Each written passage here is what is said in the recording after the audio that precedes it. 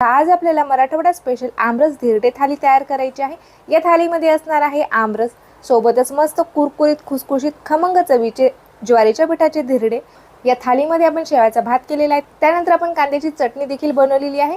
तर मस्त अशी एकदम सिंपल आणि उन्हाळ्यामध्ये पोटाला आराम देणारी, थंडावा देणारी ही थाली कशी तयार करायची ते आज आपल्याला बघायचे। बनवण्यासाठी एकदम सोपे आहे, झटकीपट तयार होतात आणि चवीला तर अप्रतिम लागतात। चला तर मग जास्त वेळ न घालता रेसिपीला सुरुवात करूया। तर या ठिकाणी सगळ्यात अगोदर आपल्याला पीठ मिक्स करायचं आहे। 1 वाटी आपण या ठिकाणी ज्वारीचे पीठ घेतलेले आहे। नॉर्मल आपण भाकरी बनवण्यासाठी जो ज्वारीचे पीठ वापरतो तेच पीठ मी या ठिकाणी घेतलेले आहे। अर्धी वाटी आपल्याला यामध्ये गव्हाचं पीठ घालून घ्यायचं आहे। पाव वाटी म्हणजे 2 मोठे चमचे आपण या ठिकाणी बेसन पीठ घातलेले आहे। बेसन पीठ घातल्यामुळे धिरड्याला छान खमंगपणा येतो आणि थोडासा कुरकुरीतपणा देखील येतो, त्यामुळे आपण या ठिकाणी बेसन पीठ वापरलेलं आहे। अर्धा चमचा आपल्याला यामध्ये मीठ घालून घ्यायचं आहे। पाव चमचा हळद घालून घ्यायची आहे। त्याला पाव चमचा लाल तिखट घातलेला आहे। जिरे आणि लसण मी एकत्रित कुटून घेतलेले आहे, ते जिरे आणि लसण आपल्याला यामध्ये घालून घ्यायचं आहे। लसणामुळे आणि जिऱ्यामुळे आपल्या धिरड्याला खूप मस्त अशी चव येते। आता हे सर्व साहित्य आपल्याला पिठामध्ये छान असे मिक्स करून घ्यायचे आहेत। पिठामध्ये आपण सर्व साहित्य छान असे मिक्स करून घेतलेले आहेत।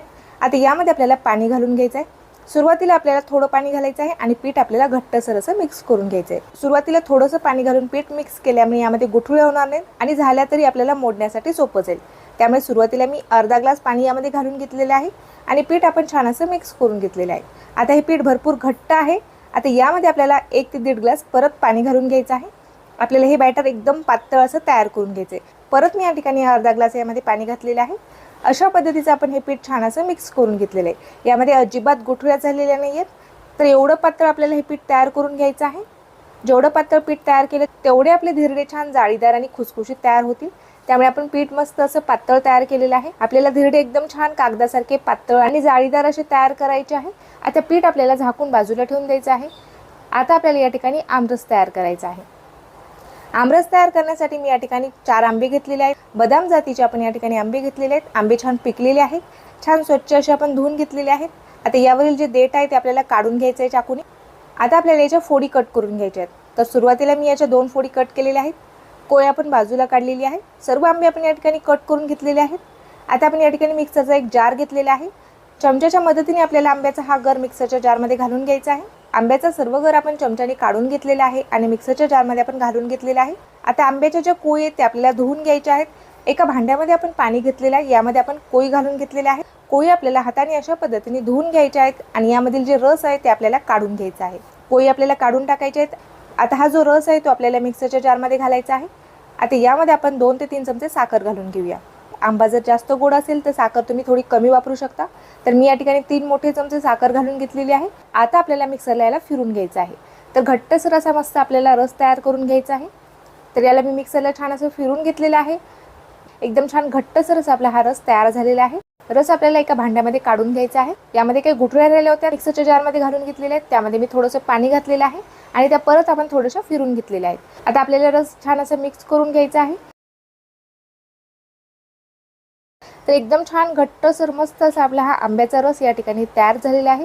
तुम्हाला जर रस जास्त वेळासाठी ठेवायचा असेल तर तुम्ही यामध्ये आंब्याची कोय टाका, त्यामुळे रस उतरणार नाही किंवा खराब होणार नाही। लगेचच मला हा रस वापरायचा आहे, त्यामुळे मी या ठिकाणी आंब्याची कोय यामध्ये घालत नाही। तयार झालेला जो रस आहे तो आपल्याला फ्रीजमध्ये थंड करण्यासाठी ठेवायचा आहे।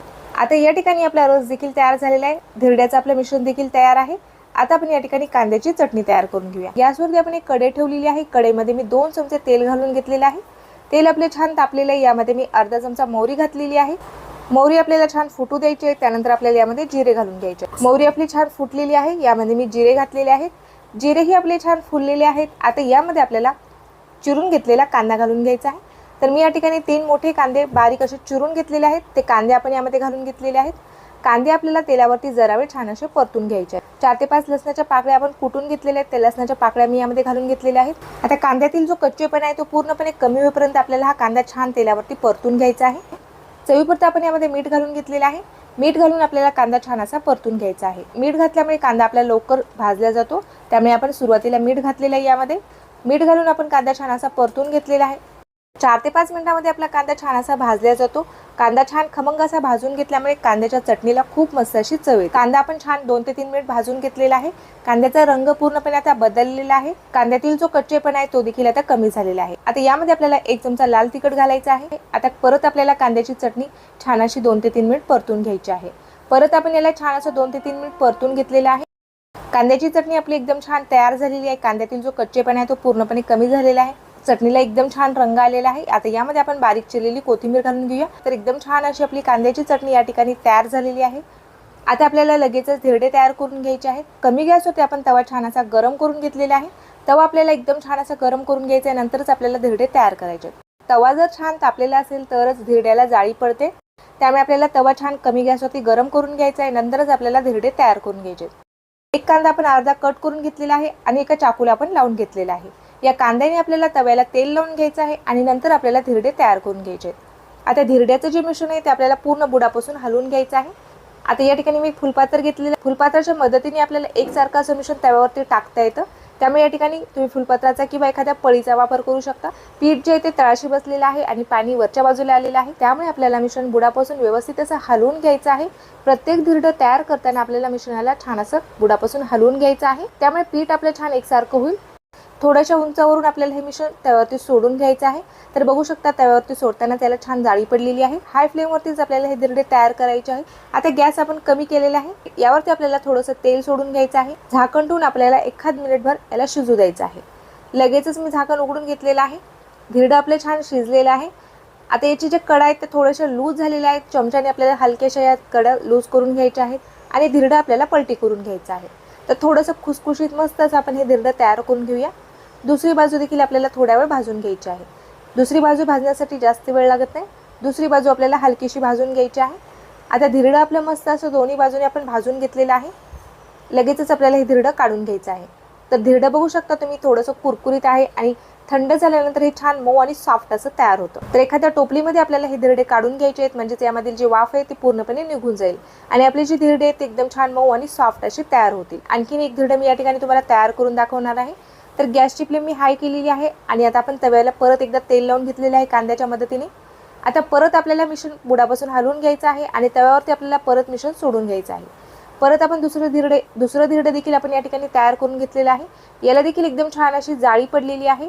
एखाद मिनिटभर आपल्याला यावरती झाकण ठेवायचं आहे। झाकण उघडून याच्या कडा लूज करून घेतलेल्या आहेत आणि आता आपल्याला हे धिरडं पलटी करून घ्यायचं आहे। दुसरी बाजू देखील आपण धिरड्याची छान अशी भाजून घेतलेली आहे।